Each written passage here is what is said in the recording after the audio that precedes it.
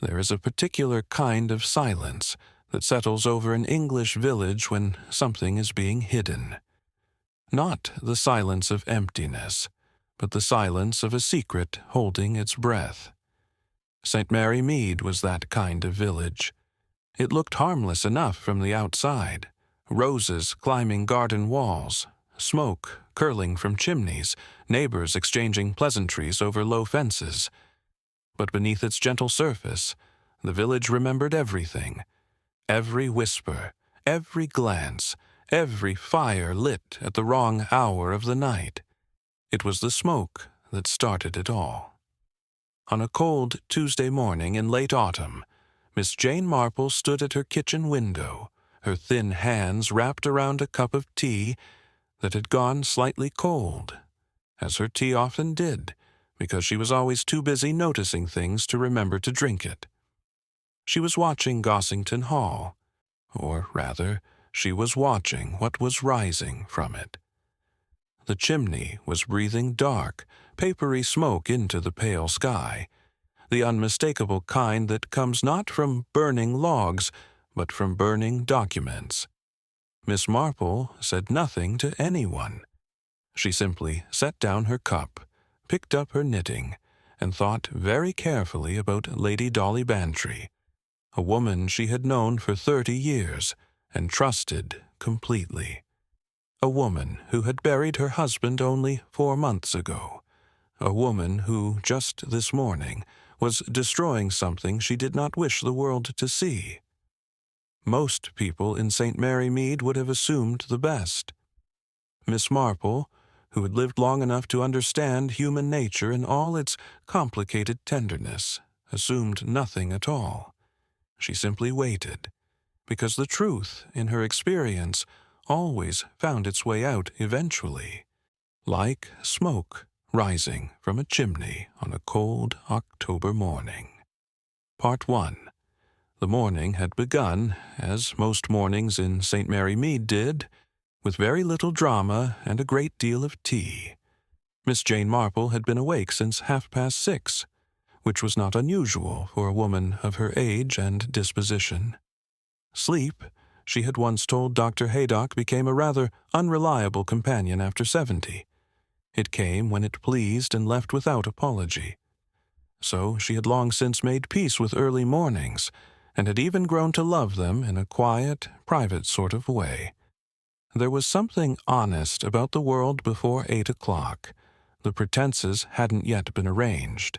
The performances hadn't yet begun.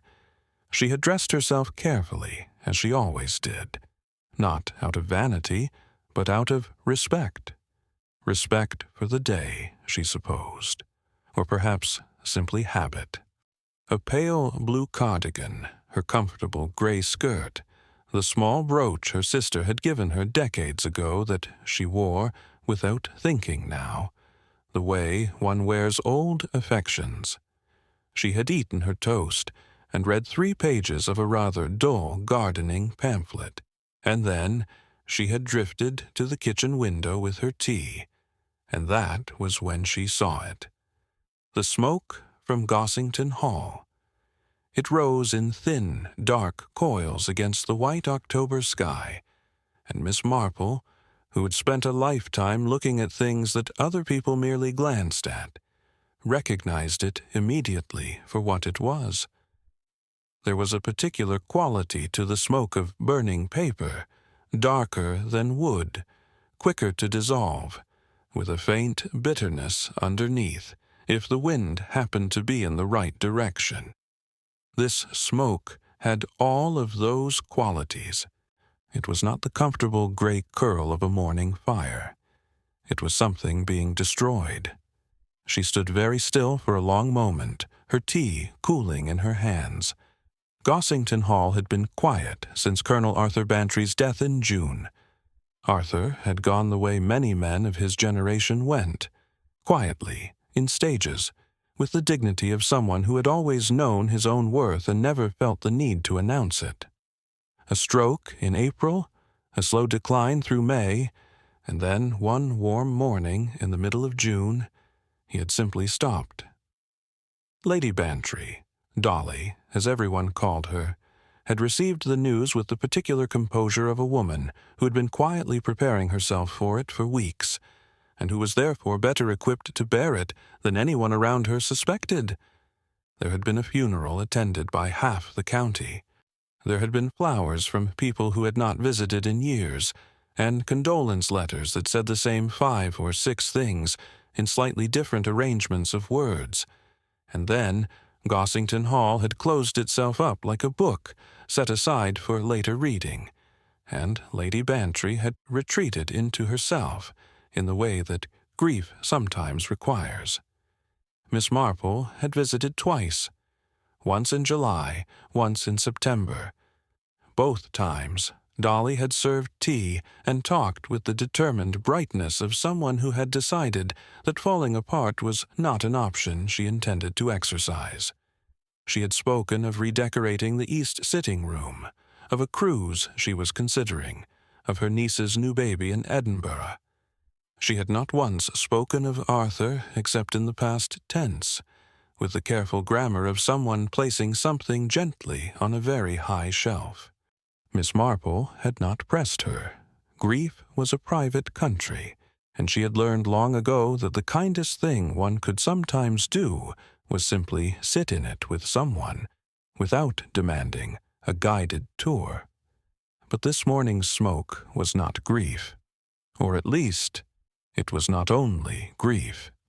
She finished her tea, cold by now, but she drank it anyway, and returned to her sitting-room, where her knitting waited for her on the armchair like a faithful pet.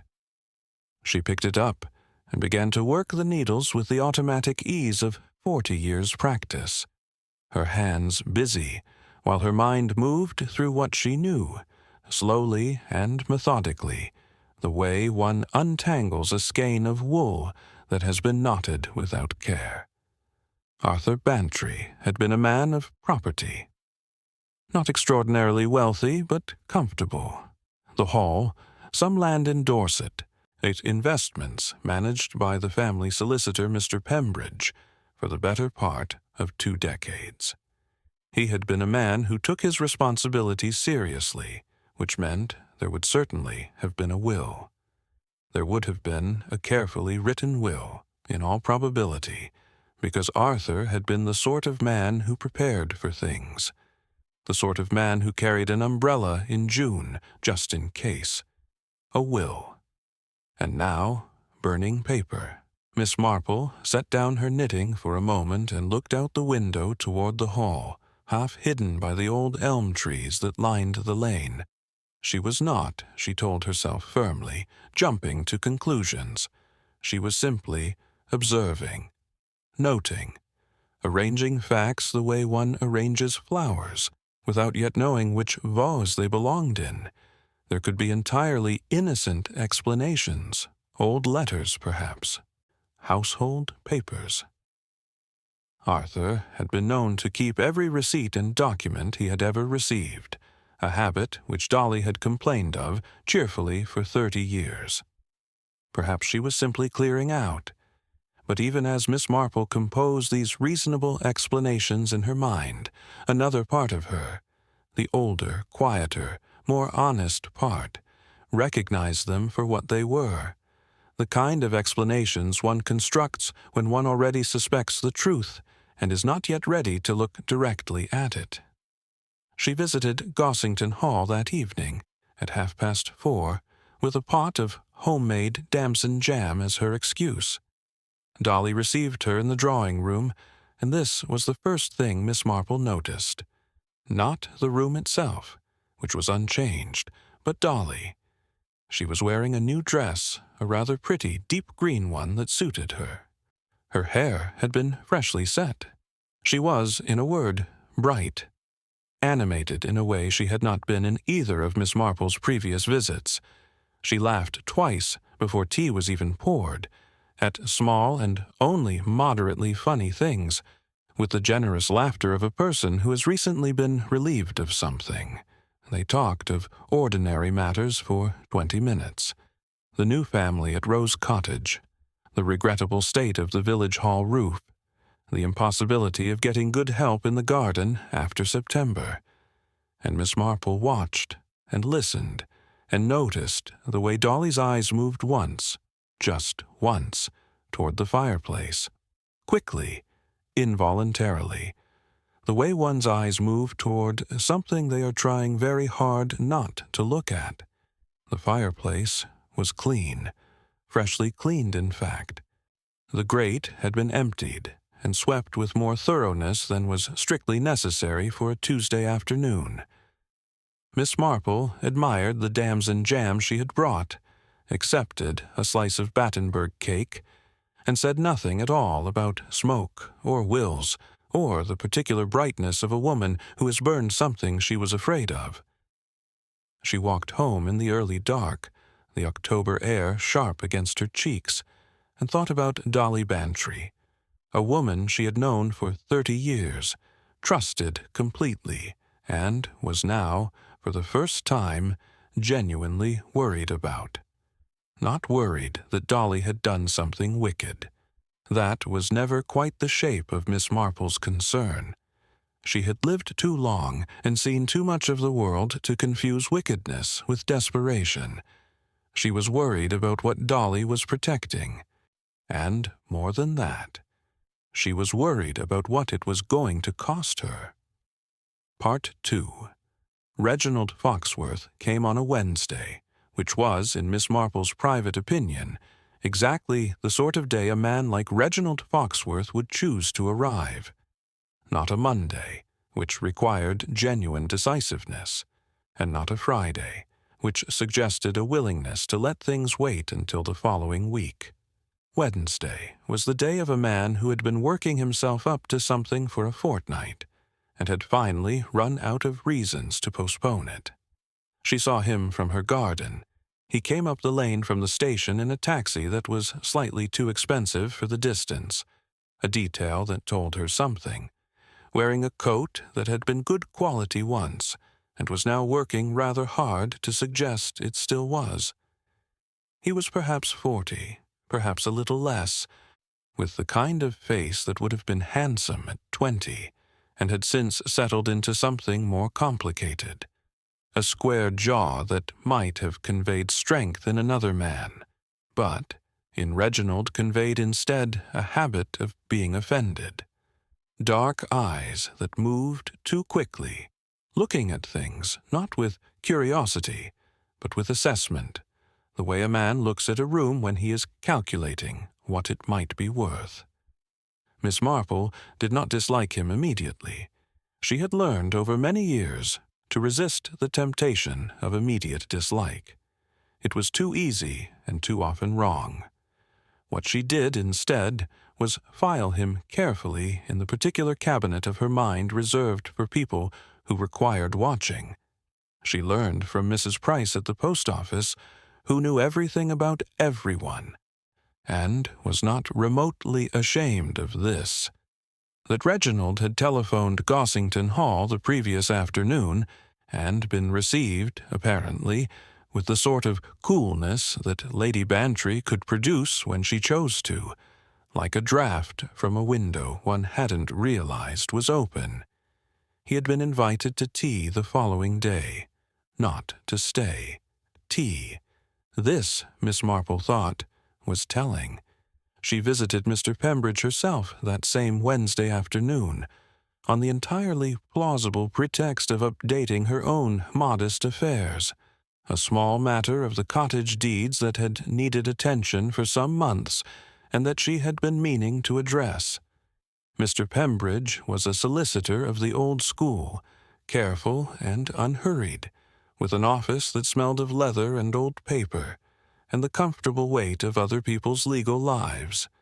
He was also, beneath his professional discretion, a man who found Miss Marple's company genuinely pleasant, and was therefore, in small ways, rather more forthcoming with her than strict propriety perhaps required. He confirmed, in the careful language of a man saying something without quite saying it, that Colonel Bantry's will had been filed with his office some years ago and had been updated, at the Colonel's request, approximately 14 months before his death. The updated document, he said, had been collected by Lady Bantry personally in July, 2 weeks after the Colonel's funeral, for what she had described as a private review. It had not been returned. Mr. Pembridge said this last part while examining a paperweight on his desk with great concentration, which was his way of indicating that he found the situation irregular without committing himself to saying so out loud. Miss Marple thanked him for his time, declined his offer of a biscuit, and walked back through the village with a good deal on her mind. The tea at Gossington Hall that Thursday was not by all accounts a pleasant one. Miss Marple was not present. She had not been invited, which was entirely reasonable, as it was a family matter and she was not family. But St. Mary Mead was a small village with good acoustics and a deeply invested population, and by Friday morning she had received 3 separate accounts of what had transpired, from 3 different sources, each of which agreed on the essential facts, if not the precise emotional temperature. Reginald had arrived. Reginald had asked about the will. Lady Bantry had served him Earl Grey and a plate of shortbread, and had explained, with the particular calm of a woman who has prepared herself thoroughly for an unpleasant conversation, that the will had been misplaced in the general disorder of grief and recent months. She was having the matter looked into. She was confident everything would be resolved. Reginald had not been satisfied. He had, and here the 3 accounts diverged slightly in their level of dramatic embellishment, though all agreed on the substance, raised his voice. Not shouted, precisely, but elevated. He had used the word inheritance several times, and the phrase, "what my uncle always intended," and at one point, according to Mrs. Hartley, who had been delivering eggs to the kitchen door at an inopportune moment, the word suspicious. Lady Bantry had responded to all of this by offering him more shortbread. He had declined and left before 5 o'clock, which, in the unwritten social grammar of English country houses, meant the visit had ended badly. Miss Marple sat with all of this for a long Friday evening, her knitting in her lap, the fire low and comfortable beside her. She thought about Reginald Foxworth, not with sympathy exactly, but with the careful fairness she tried to extend to everyone, including the difficult ones. He was not, she suspected, a fundamentally cruel man. He was a man who had been expecting something and now found himself afraid he would not receive it. Fear wore many faces. Sometimes it wore the face of anger, because anger was easier to carry in public. But there was a question beneath his anger that was entirely legitimate. What had Colonel Bantry written in that will, and why had Dolly Bantry looked at her fireplace, the way a person looks at a thing they have done that cannot be undone? Miss Marple picked up her knitting and began a new row. There was someone else in this story. She could feel it, the way she could feel a dropped stitch 3 rows back, not visible yet, but there, waiting to create a problem if it was not found in time. She had not yet identified who that person was, but she would. She always did. Part 3. Miss Marple first noticed Cecily Marsh on a Saturday morning in early November, which was in itself unremarkable.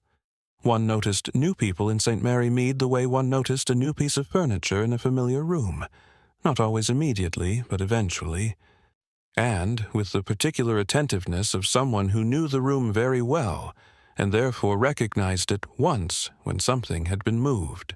Cecily was young, 24, perhaps 25, with that quality of quietness that is sometimes mistaken for shyness, but is, in Miss Marple's experience, more often the quietness of a person who has learned early that it is safer to observe than to speak. She had arrived at Gossington Hall in August, 2 months after the Colonel's funeral, in the official capacity of a companion and household assistant to Lady Bantry, though the precise title seemed to shift, depending on who one asked.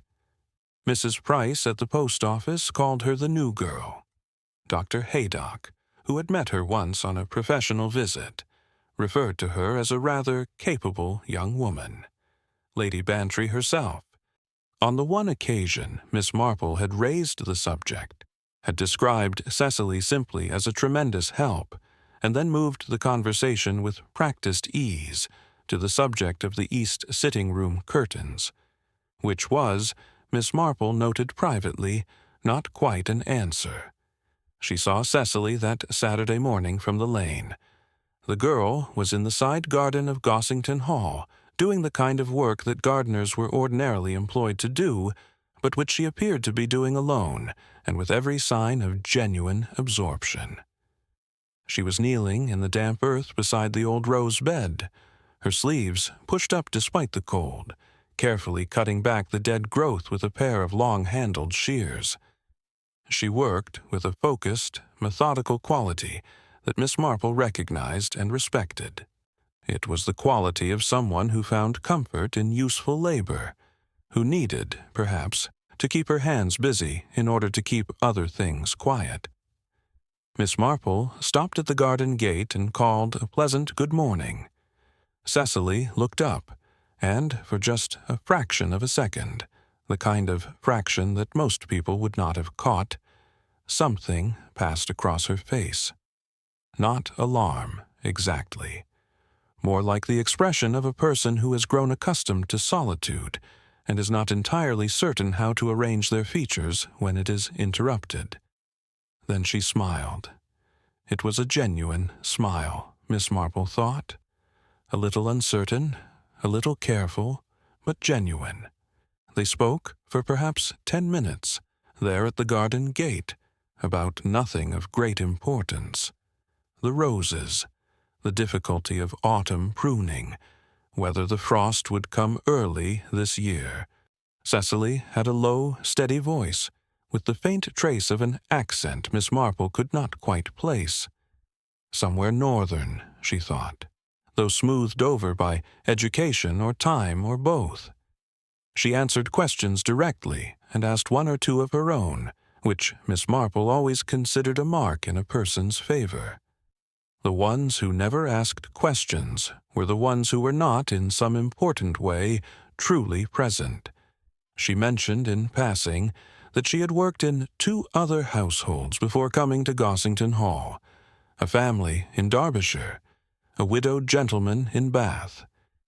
She said this without complaint or particular emphasis, simply as fact, in the manner of someone reciting a history they have made their peace with. When Miss Marple walked on, she found she was thinking about Cecily Marsh in a way she had not expected to be thinking about her quite so soon. The opportunity to learn more came, as opportunities in St. Mary Mead often did, through entirely ordinary means. Lady Bantry asked Miss Marple to luncheon the following Tuesday, just the 2 of them, she said, as Cecily would be out on errands in the village. This was not unusual. What was unusual was the faint note of intention in Dolly's voice when she said it. The very slight emphasis on Cecily would be out, as though she was offering Miss Marple something while maintaining the appearance of offering nothing at all. Miss Marple arrived at 12:30. The luncheon was pleasant and easy. Cold chicken, good bread, a rather fine Stilton, and they talked comfortably for an hour about things that were entirely unrelated to wills or nephews or burning paper.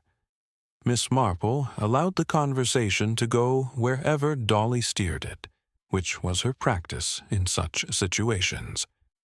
She had learned long ago that the things people did not wish to discuss were often illuminated, indirectly and helpfully, by the things they did.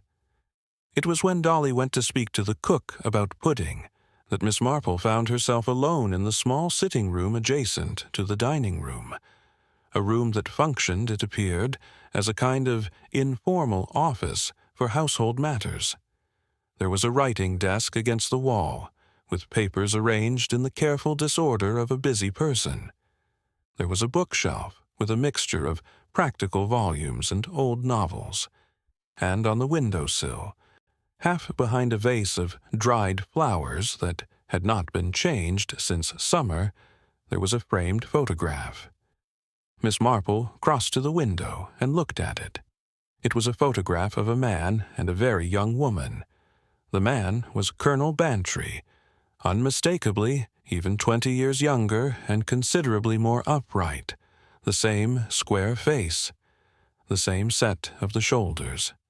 He was standing in a garden that was not Gossington Hall, somewhere smaller, less formal.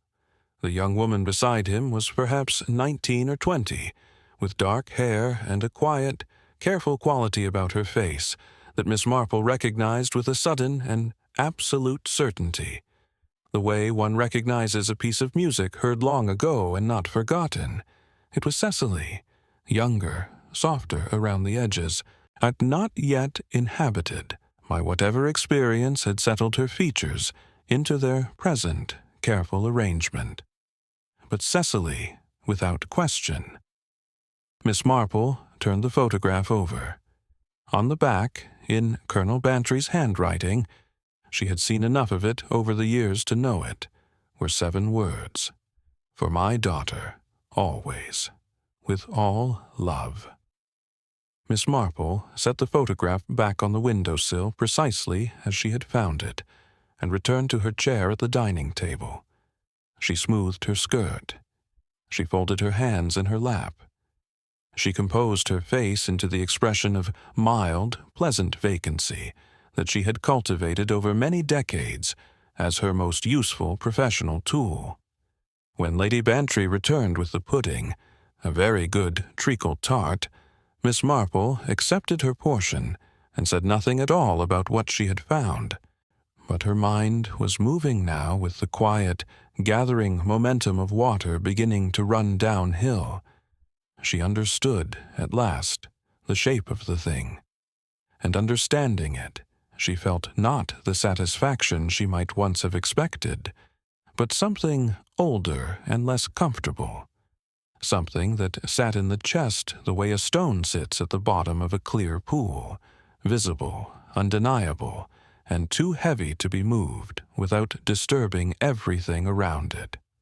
Colonel Bantry had a daughter no one in St. Mary Mead had ever been told about, a daughter he had, in the end, loved enough to name in his will, and Dolly Bantry, who had every reason in the world to resent that daughter, and had instead given her a home and a garden, and the quiet dignity of a life not defined by its origins, had burned the document that would have exposed them both. Miss Marple sat with her treacle tart, and thought that human beings were, on the whole, considerably more complicated than they were generally given credit for. Part 4. There are moments in the pursuit of truth when the truth itself becomes the most inconvenient thing in the room. Miss Marple had encountered this particular difficulty before, more times, perhaps, than she cared to count. The world had a persistent and somewhat naive belief that truth was always desirable, always welcome, always the thing one ought to be moving toward with confidence and urgency. Miss Marple knew better. She had known it since the age of 19, when she had discovered that the pleasant old verger of St. Mary Mead Church had been systematically stealing from the collection plate for 11 years, and had understood immediately that the truth, in that instance, would devastate 6 people who had done nothing wrong, in order to punish one man who was already dying of something worse than shame. She had said nothing then. She did not yet know what she would do now. The week that followed her luncheon at Gossington Hall was a quiet one, at least on the surface. November had settled over St. Mary Mead with its characteristic gray determination, pressing the last color from the garden hedges and shortening the afternoons to something barely worth calling afternoon at all. Miss Marple worked in her sitting room, knitted, wrote 2 letters, and received 3 visitors, none of whom were connected to the matter at hand, and all of whom she received with her usual warm attention, while the deeper portion of her mind continued, steadily and without rest, to turn the problem over. She thought about Cecily Marsh. She thought about her with the particular care she reserved for people who were in danger they did not know about, which was, in her experience, the most treacherous kind of danger there was. Cecily moved through Gossington Hall with the quiet efficiency of someone who had found, perhaps for the first time in some years, a place where she felt she had a function and a value. She tended the garden.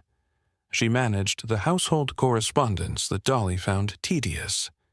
She sat with Lady Bantry in the evenings, and from what Miss Marple could gather, through the reliable medium of Mrs. Hartley, who delivered eggs on Tuesdays and Thursdays, and had sharp ears and an untroubled conscience about using them, they were comfortable together. Easy, not the stiff performance of employer and employee, but something quieter and warmer, the kind of companionship that grows between 2 people who recognize in each other a shared experience of loss. Dolly had lost a husband. Cecily, Miss Marple suspected, had lost rather more than that, though what, precisely, she could not yet say. A mother, perhaps. A history. The ordinary continuity of knowing where one came from and why. She did not know who Cecily's mother had been. She suspected it was not anyone from St. Mary Mead. Someone met elsewhere, during one of the Colonel's frequent trips in the years before his health declined. Someone who had, for reasons Miss Marple could only speculate about, not been part of Cecily's life. The photograph had told her that much. 19 or 20 Cecily had been when it was taken, which meant the Colonel had found her, or she had found him, not in infancy but in young womanhood. The inscription on the back, with all love, had the quality not of a lifelong devotion, but of something newly discovered and somewhat overwhelmed by itself. The handwriting of a man who had been surprised by his own feelings and was trying to do right by them, perhaps too late. It was Dr. Haydock who gave her the next piece, without knowing he was giving it at all. He came on Thursday afternoon, not as a doctor. There was nothing wrong with Miss Marple that she was prepared to acknowledge, but as a neighbor and old friend who occasionally dropped in for tea and a conversation that was both more honest and more interesting than most conversations available to him in the course of a professional day. He was a comfortable man, Dr. Haydock, the kind of doctor who had seen enough of life to have stopped being surprised by it, and had arrived, through that process, at a deep and genuine compassion for all its irregularities. He mentioned Cecily Marsh in passing, as one mentions people one has been thinking about without realizing it. He had seen her again, he said, when he had called at Gossington Hall the previous week to leave some papers for Lady Bantry. She had answered the door. They had spoken briefly. He had been struck, he said, and here he paused, with the particular pause of a man choosing his words carefully, by how much she reminded him of someone. Miss Marple set down her teacup. She asked, with perfect calm, who that someone was. Dr. Haydock looked at the fire for a long moment. He was a man who respected privacy, both the privacy of his patients and the privacy of the dead, which he considered no less important. But he was also a man who had known Miss Marple for 30 years, and understood better than most that her questions were never asked without reason. He said carefully that there had been a young woman, many years ago, before he had come to St. Mary Mead when he was still doing his training in Manchester, who had been brought in for a consultation. A quiet, dark-haired girl, perhaps 18. She had given a false name, as such girls sometimes did then. But she had been accompanied by a man he had recognized later, years later, when he settled in St. Mary Mead and began making his social calls. A man who had introduced himself over sherry and pleasantries as Colonel Arthur Bantry. He had never said anything. It was not his business to say anything, and he had not been certain. One was never entirely certain, across that many years, and in such different circumstances. But now, looking at Cecily Marsh, he found he was considerably more certain than he had been before. Miss Marple thanked him for his tea. She had brought it. It was her house, but she thanked him anyway because the gesture felt appropriate, and sat for a long while after he left, watching the fire. The picture was complete now, or nearly so. Not every detail filled in. There were still edges, still questions, but the central shape of it was clear and whole, and she found almost unbearably sad in the way that only true things can be sad. A man who had done a careless and consequential thing in his youth, who had spent 20 years not knowing what had become of it, who had found the girl, his girl, and been struck by the sudden, late, inadequate need to do something right, who had put her name in his will with the shaking hand of a man who understood it was probably too little, and certainly too late, and who had done it anyway, because it was the only language for what he felt that he had available to him. And a woman, his wife, his partner of 40 years, who had found that document after his death, read it, understood everything it meant, and made a choice. Not out of malice, not out of greed, out of something much more difficult to judge and much more painful to witness. Miss Marple pressed her hands together in her lap and looked at the window, where the November dark had come down fully now, and the glass reflected the room back at her. The fire, the armchair, an old woman sitting very still with the weight of other people's secrets arranged around her like furniture. She thought about what she owed to the law. She thought about what she owed to Cecily. She thought, most of all, about what it meant to protect someone. Whether protection given without consent was kindness or something else entirely. Whether Lady Bantry had the right to decide alone what Cecily should and should not know about herself. Whether anyone had that right. She did not arrive at an answer that evening, but she knew, with the quiet certainty of a woman who had been in difficult rooms before, and had always eventually found the door, that the answer was coming, and that when it came, it would require her to be very careful indeed. Part 5. There is a particular kind of courage that nobody writes poems about, not the courage of battlefields or burning buildings. That kind has been celebrated thoroughly enough, in enough languages across enough centuries, that it has almost become comfortable, a known quantity. People understand what it looks like and how it works, and what one is supposed to feel about the person who possesses it. The courage Miss Marple was thinking about was quieter and considerably less comfortable. It was the courage of sitting across from someone you loved and telling them something that would change the shape of their life permanently, without any certainty that the change would be for the better.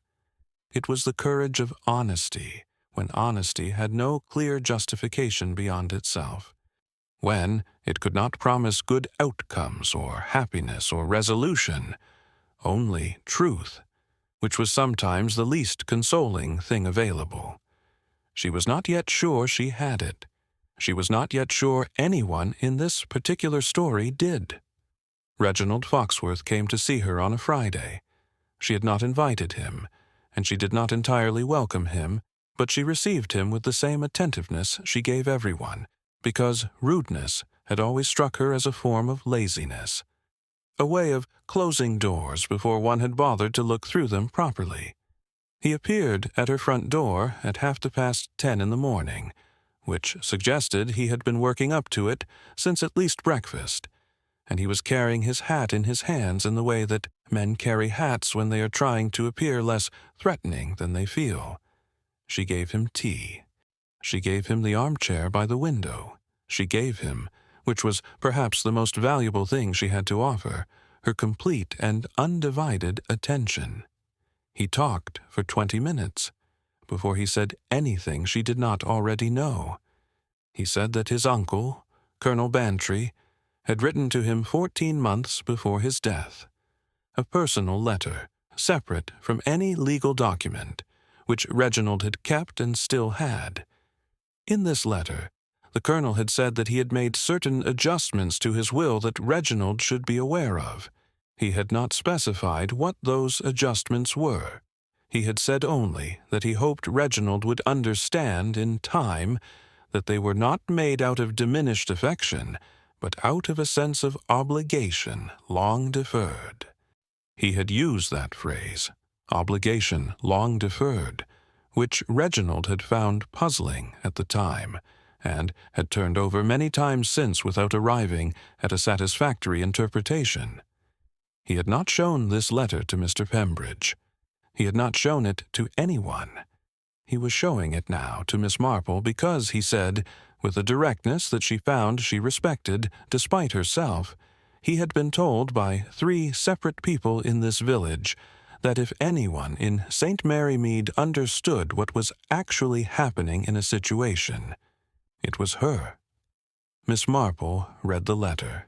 It was a short letter, written in the slightly formal English of a man who had never found personal expression easy and was making a genuine effort.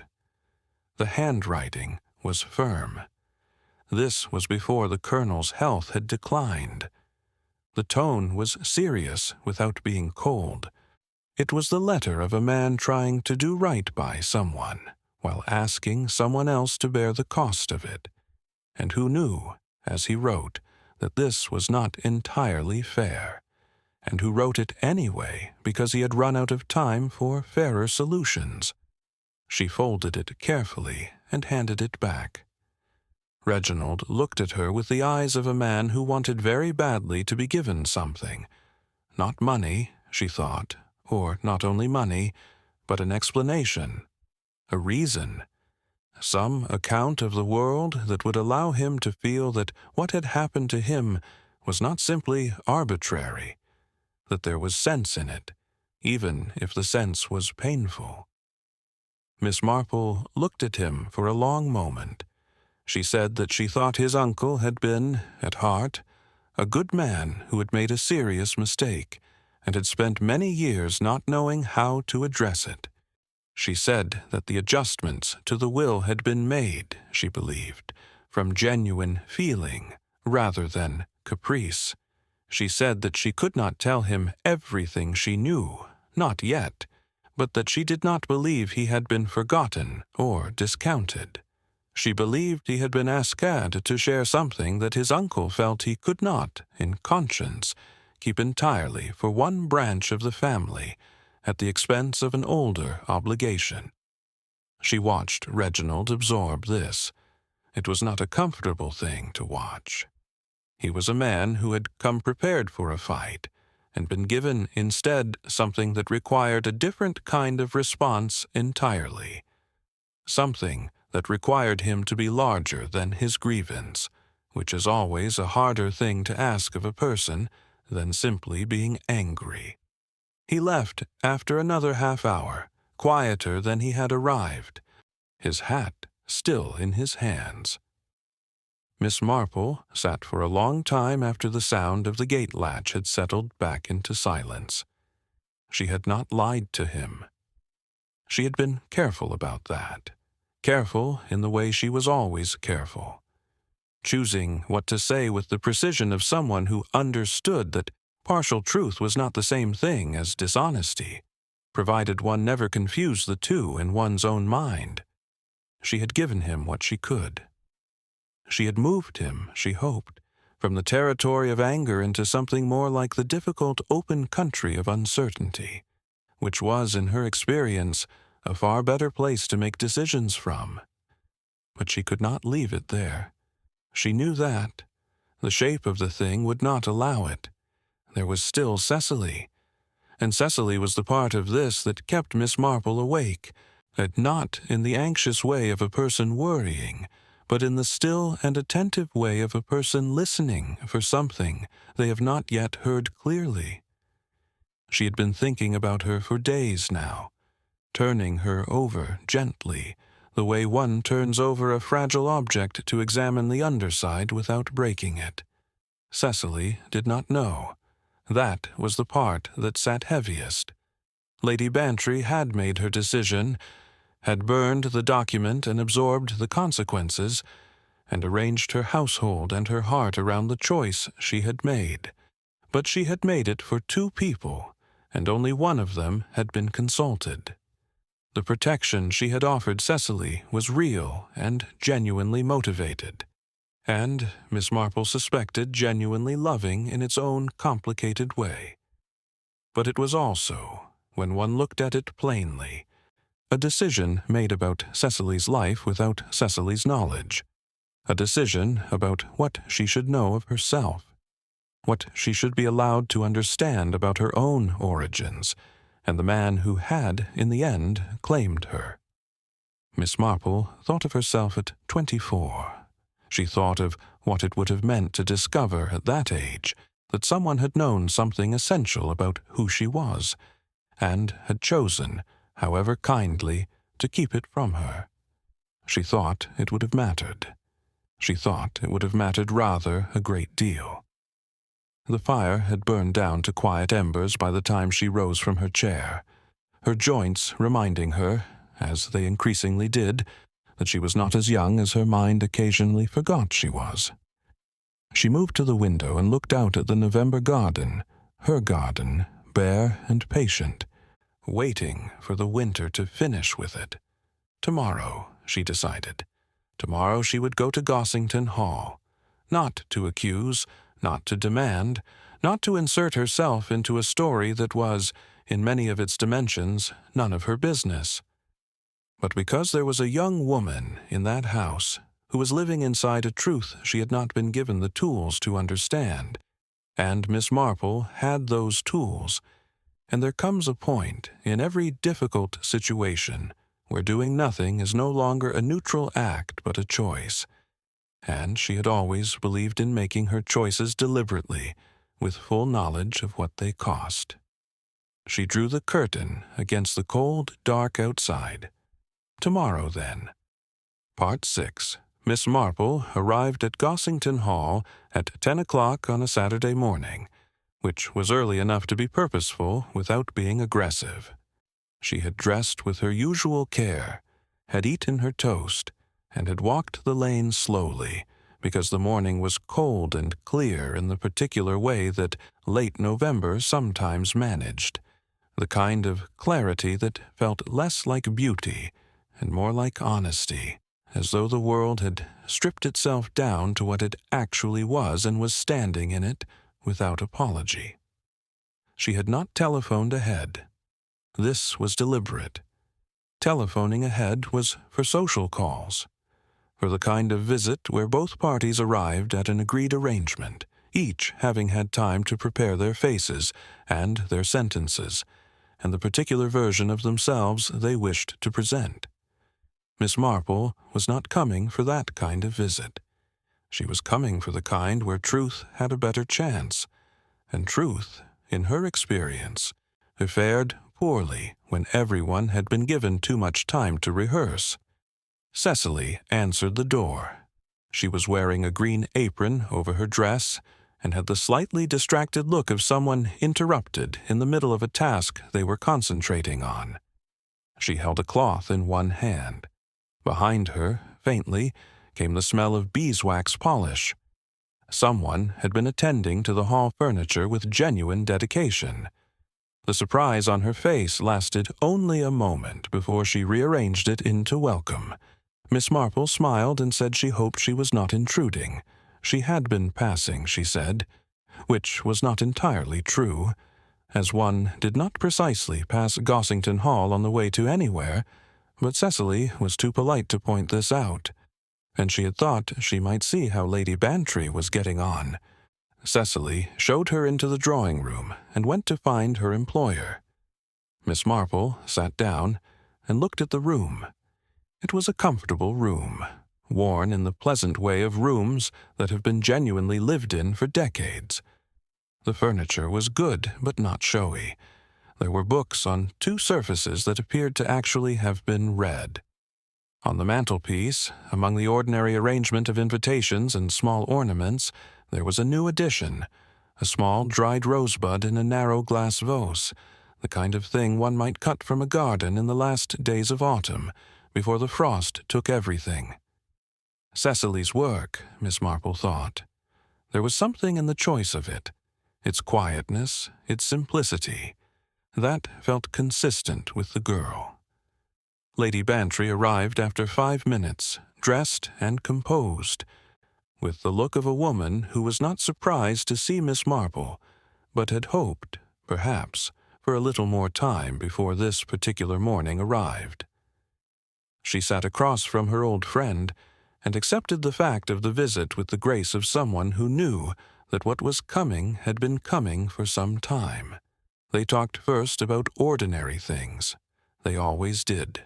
It was not evasion so much as courtesy, a way of acknowledging that the ordinary world still existed alongside the difficult one and deserved its due. The frost, the state of the lane, a letter Dolly had received from her niece in Edinburgh, containing photographs of the new baby, who appeared to be doing very well.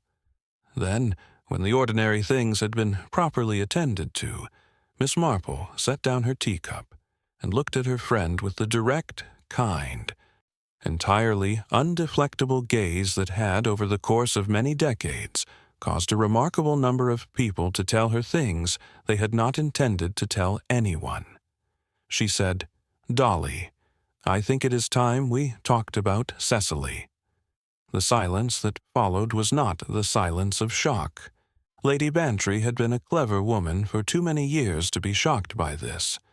It was the silence of someone who had arrived, finally, at a door they had been walking toward for months, and was now standing in front of it, hand on the latch, understanding that whatever was on the other side could not be unknown again once the door was opened.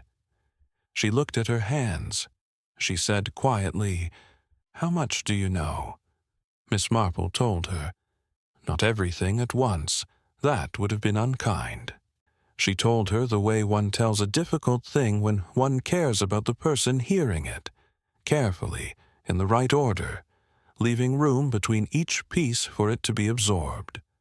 The photograph, Dr. Haydock's account, the Colonel's letter to Reginald, with its careful language about obligation long deferred, the handwriting on the back of the image, those 7 words that had told Miss Marple everything the will had apparently tried to say, in more legal language.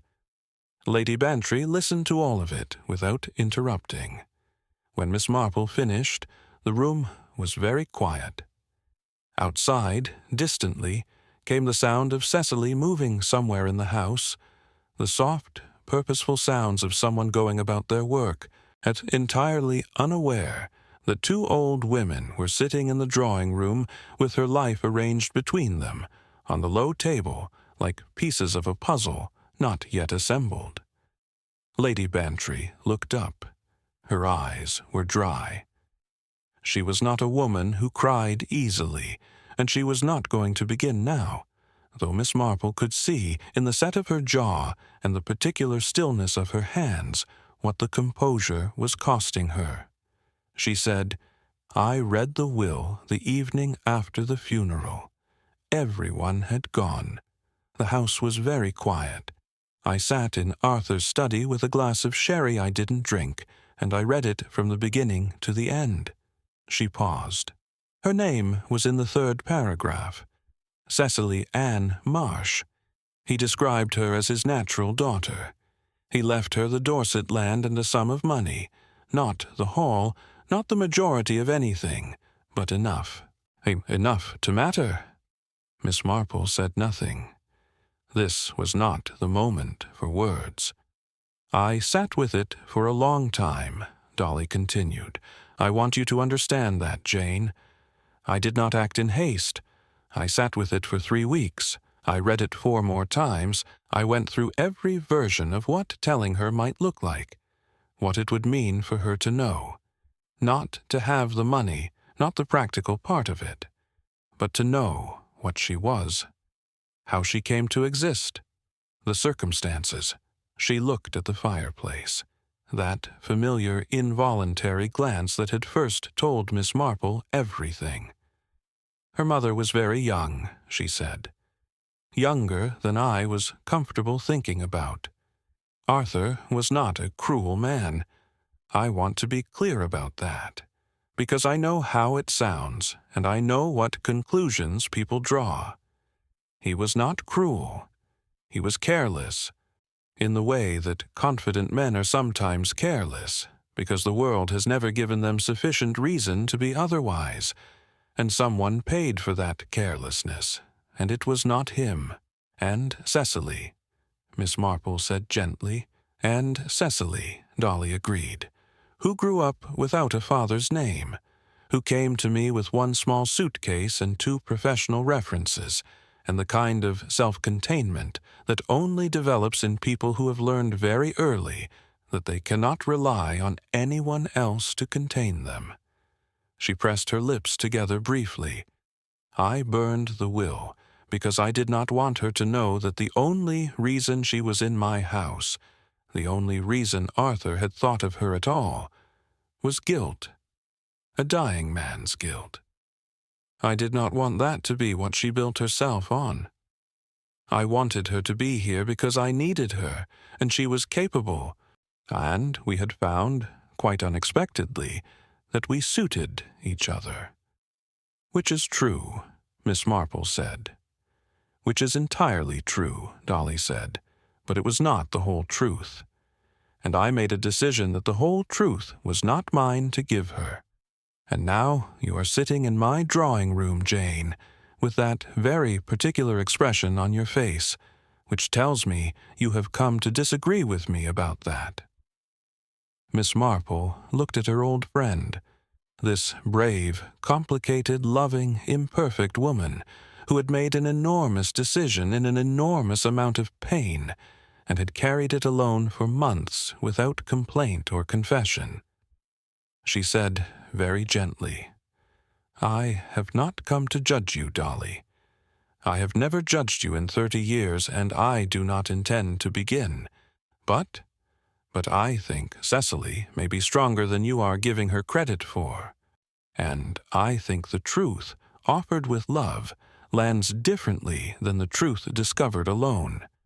Lady Bantry was quiet for a long time. Outside, the sound of Cecily's footsteps moved through the hall. Both women listened to them, without speaking, until they faded. Part 7. It was Lady Bantry who called her in. Miss Marple had not suggested it. She had not needed to. The decision moved across Dolly's face the way weather moves across an open field, visibly, inevitably, with the particular quality of something that has been building for a long time and has finally found its moment.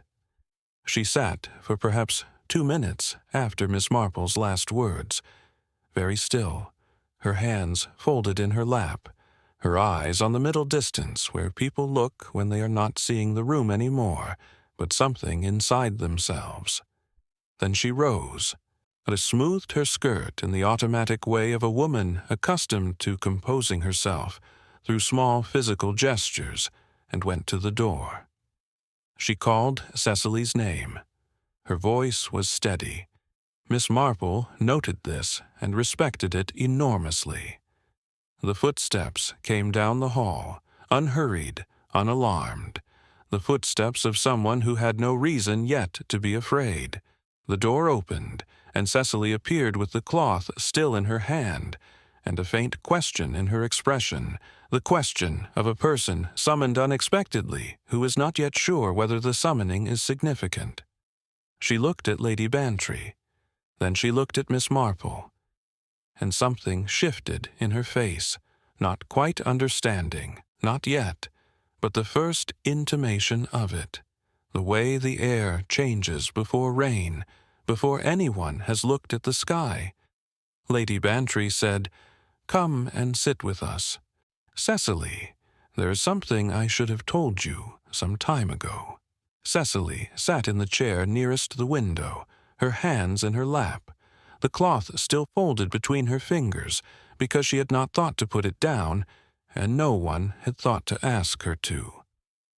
She sat with the upright, careful posture of a person bracing themselves for something, without knowing yet what shape the something would take. Lady Bantry sat across from her. Miss Marple moved her own chair back, slightly, quietly, the way one moves when one understands that a conversation is not one's own, but one's presence in it is still necessary. She was there as a witness, as ballast, perhaps, as the thing in the room that would not shift or flinch, whatever happened, because rooms needed that sometimes, a fixed point. Dolly began without preamble. This was the right instinct, Miss Marple thought. Preamble would have been cruelty dressed as consideration, and Dolly was too honest a woman for that sort of cruelty. She said, "Your father was Colonel Arthur Bantry, my husband. He was also, for most of your life, a man who was not present in it, and I want to begin by saying that this was a failure of his and not of yours, and that no account I give you of the circumstances should be taken as any kind of explanation that excuses it." Cecily had gone very still. Not the stillness of shock exactly, or not only that. It was a different kind of stillness, the kind that belongs to a person hearing something that is, in some deep and wordless part of them, not entirely new. Not the content of it, perhaps not that, but the shape of it. The shape of a thing suspected for a long time and never confirmed, like a room heard through a wall that one has never been permitted to enter. She said nothing. Lady Bantry continued. She told it plainly, which was the only way she knew how to tell anything.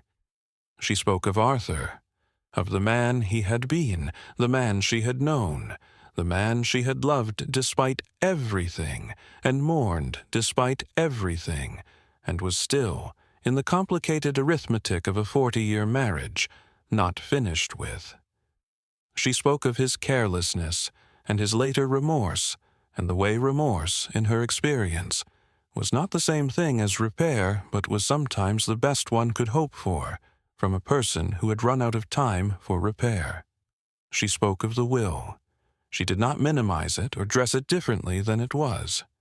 She said she had read it and understood it, and had made a decision she was no longer certain was the right one, and that Miss Marple— here she looked briefly across at the old woman in the corner, with a look that contained 30 years of friendship and a great deal of complicated gratitude— had helped her see why the certainty she had felt at the time was not perhaps as sound as she had believed it to be. She said, "I burned it because I wanted you here as yourself, not as his guilt, not as his obligation. I wanted you here because I needed you, and because you were capable, and because, quite unexpectedly, and entirely regardless of any of this, I had become very fond of you." Cecily's eyes had filled. She had not blinked for some time. She was holding herself together with the concentrated effort of a person who has had a great deal of practice at it, who has learned, through years of being the one who managed things and composed herself and did not burden the room with her responses, how to keep the inside of herself separate from the outside. But her hands, Miss Marple noticed, had tightened around the cloth. "He wrote on a photograph," Cecily said. Her voice was low and very controlled. "For my daughter, always. I found it when I was 16. My mother had kept it in a box under her bed. I asked her about it, and she told me his name and that he had been kind to her when she was young, and that things had not worked out, which was how she described everything difficult. Things had not worked out." The room was entirely quiet. "I looked him up," Cecily continued, "over the years. I knew who he was, where he lived. I did not come here to claim anything. I want to be very clear about that. I answered the advertisement because I needed the position and because I wanted, just once, to see the house he had lived in, to see what his life looked like." She stopped. She looked at Lady Bantry with an expression that Miss Marple found almost unbearable in its honesty, raw and careful at the same time, the expression of someone who has spent a great deal of their life not knowing whether they were allowed to feel what they felt. "I did not expect you to be kind," she said. "I did not expect any of this." Lady Bantry looked back at her, and then, in the way of a woman who had been holding something for a very long time and had decided, in this room, on this morning, to set it down, she said something that Miss Marple had not expected and would not forget. She said, "Arthur failed you, thoroughly and for a long time. I cannot fix that, and I will not pretend to. But I am still here, and this house is still here, and you are still here. And if you wish to remain, not as an employee, not as an obligation, but simply as someone who belongs here, then I would very much like that." The silence that followed was of a different quality than all the silences that had preceded it that morning. Those silences had been weighted with what was unsaid. This one was lighter. Still fragile, still uncertain. These things do not resolve themselves in a single sentence, however honest, but lighter. Cecily pressed her lips together. She looked at the cloth in her hands as though noticing it for the first time. She set it on the arm of the chair. She said, "I would like that too." Miss Marple looked at the window. The November sky outside was doing something she had not expected, producing, from somewhere behind its gray determination, a thin and tentative brightness. Not sunshine exactly, more like the suggestion of it, the memory of it, the promise that it was still available when conditions allowed. She picked up her teacup and found that it had gone cold again. She drank it anyway. Part 8. Miss Marple walked home from Gossington Hall at 12:30, which was later than she had intended and earlier than the morning had deserved. The lane was quiet, in the way lanes are quiet after something significant has happened nearby, not empty, not peaceful, but stilled, as though the ordinary world had stepped back a respectful distance and was waiting to be invited forward again. A robin followed her for a short stretch from the hedge, appearing and disappearing in the bare branches with the casual confidence of a creature that understood its own charm and was not above using it. She noted him approvingly. She had always thought robins the most honest of the English birds, present in every season, never pretending to be something they were not, singing in November when everything else had given up on the idea of song. She thought about the 3 people she had left behind her in that house. Not 3, she corrected herself. 2 now, Lady Bantry and Cecily. Reginald was still out there somewhere, in his slightly worn coat, carrying his uncle's letter in his breast pocket, and the slow, difficult work of adjusting his understanding of events. She thought he would manage it. He had surprised her, Reginald Foxworth, in the way that people sometimes surprised her when she gave them room to be more than her first impression of them. He had come looking for a fight, and had stayed for something harder. That required a quality that she was willing, provisionally, to call decency. She would speak to him again. There were practical matters still to be resolved. The legal reality of a destroyed will was not something that simply dissolved, because the emotional reality around it had been addressed. Mr. Pembridge would need to be involved. There were processes, procedures, the whole careful architecture of English inheritance law, which did not pause for human drama, however significant. Reginald had a claim. Whether he pursued it, and how, and with what understanding of the full picture, that remained to be seen. But she did not think he would be unreasonable. She let herself into her cottage and stood for a moment in the narrow hallway, breathing in the familiar smell of it. Old wood, dried flowers, the faint ghost of this morning's toast. Home.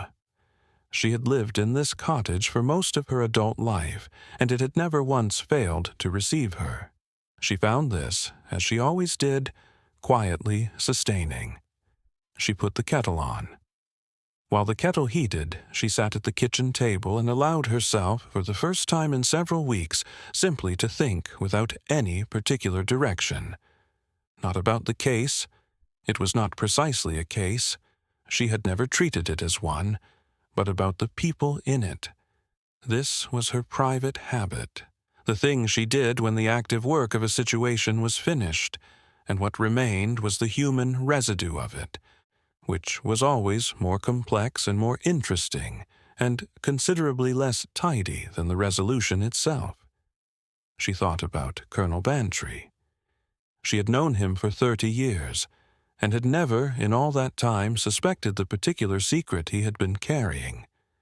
This gave her pause, not because it disturbed her faith in her own perception, but because it reminded her, usefully, that even the people one knew best were larger on the inside than they appeared from the outside.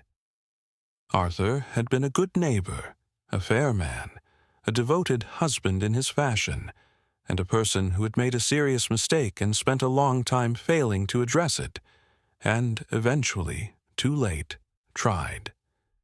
She did not admire every part of him, but she did not condemn every part of him either.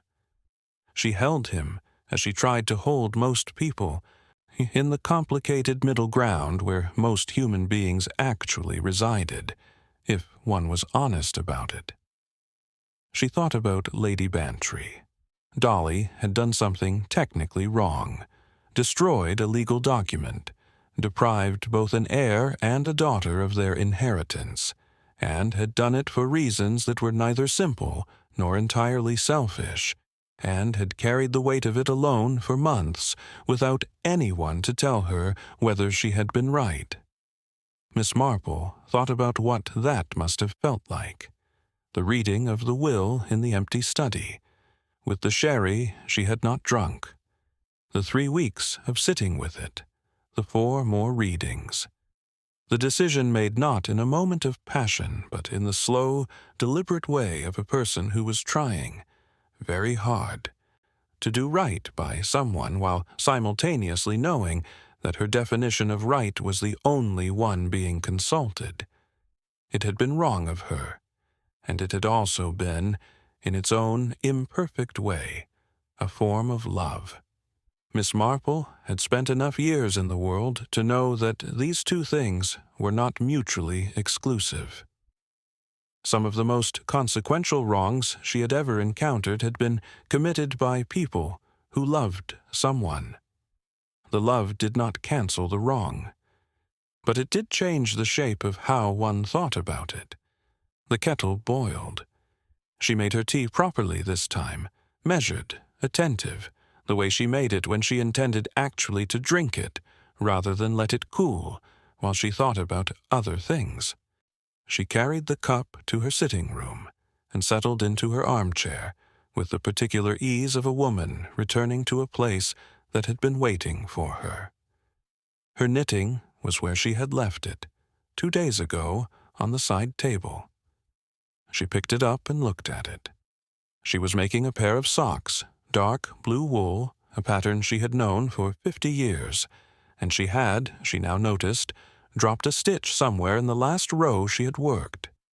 She found it, with the small hook she kept for the purpose, and drew it back carefully through to where it belonged. There, back in place, the row restored. She began to knit, and thought about Cecily. Cecily, she believed, was going to be all right. Not immediately, not today, not this week, because all right was not a state. One arrived at quickly after learning, at 24, that one's entire understanding of one's own origins required revision.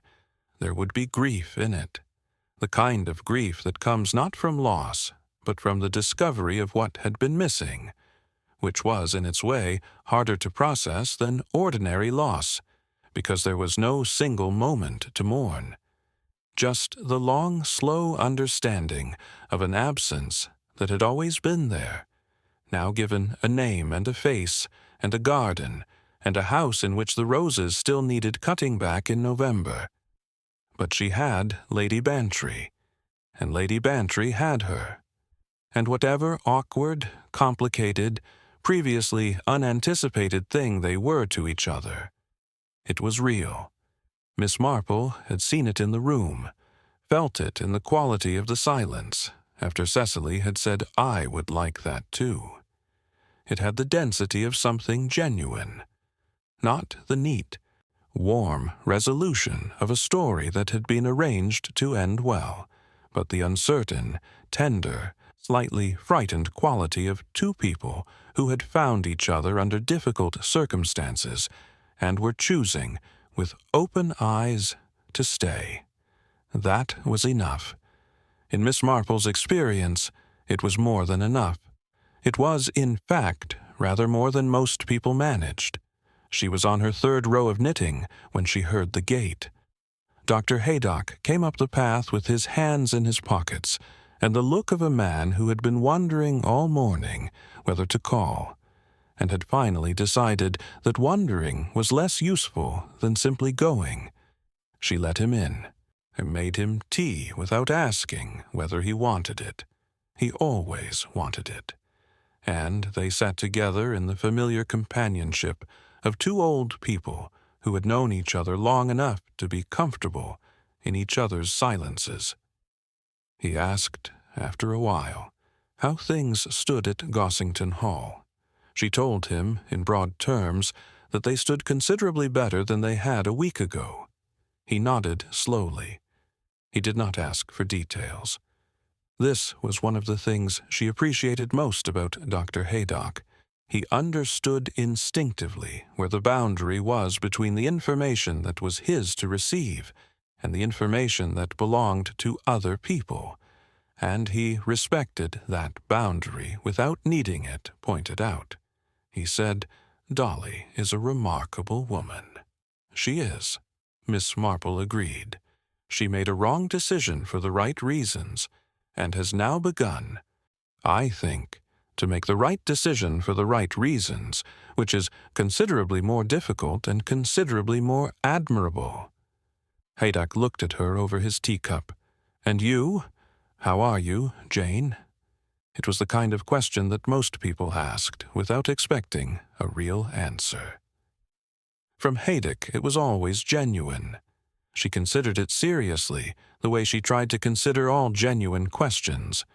"Tired," she said, in the pleasant way, the way one is tired after something has been finished that needed finishing. "Good tired," he said. "Good tired," she agreed. They drank their tea. Outside, the November afternoon was doing its best, which was not very much in terms of light or warmth, but was at least honest about its limitations, which Miss Marple had always thought was a reasonable starting point for anything. She picked up her knitting. The blue socks were coming along nicely. The story of why Lady Bantry burned the will was never told to anyone in St. Mary Mead. In a village that remembered everything, this was perhaps the most remarkable thing about it. Cecily Marsh remained at Gossington Hall. The following spring she planted a new rose bed along the east wall, a variety called Arthur Bell, which she had chosen without knowing why it appealed to her, and which bloomed that first June in a warm and generous yellow that Lady Bantry said she found very pleasing indeed. Miss Marple finished the blue socks in December and gave them to Dr. Haydock for Christmas. He wore them until they wore out. Some mysteries are never solved in the way the world expects them to be.